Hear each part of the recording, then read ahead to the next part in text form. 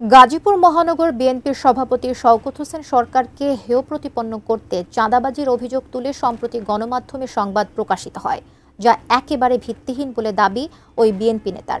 পরে গাজীপুর আদালতে 50 কোটি টাকার মানহানি মামলা দায়ের করেন তিনি।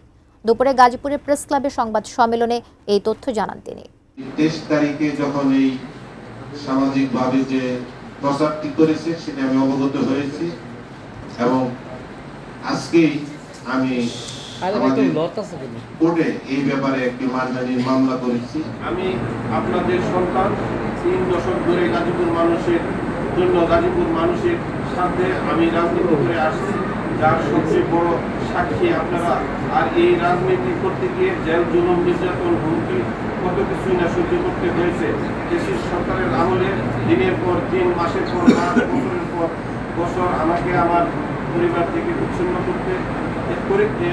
থাকতে হয়েছে। কখনো রাস্তায়, কখনো মাঠে, কিংবা অন্যের বাড়িতে বোঝা হয়ে আমাকে রাত্রি যাপন করতে হয়েছে। কিন্তু জাতীয়তাবাদী রাজনৈতিক আদর্শ থেকে এক বিন্দু ইস্পা হয়নি। কেবল রাজনীতির মধ্যে রাজনৈতিক প্রতিপক্ষকে ঘায়েল করতে কেউ একটা পরিস্থিতি আশ্রয় নিতে পারে, এটা আমার জানা ছিল না। মানুষের বিরুদ্ধে কোনো বড় মনের পরিচয় নয়, তাই কারো বিরুদ্ধে আমার কোনো অভিযোগ নেই। পরিশেষে আমার প্রতি এই অন্যায়ের বিচারের ভার আমি আপনাদের মাধ্যমে গাজীপুরবাসীর কাছে তুলে দিলাম।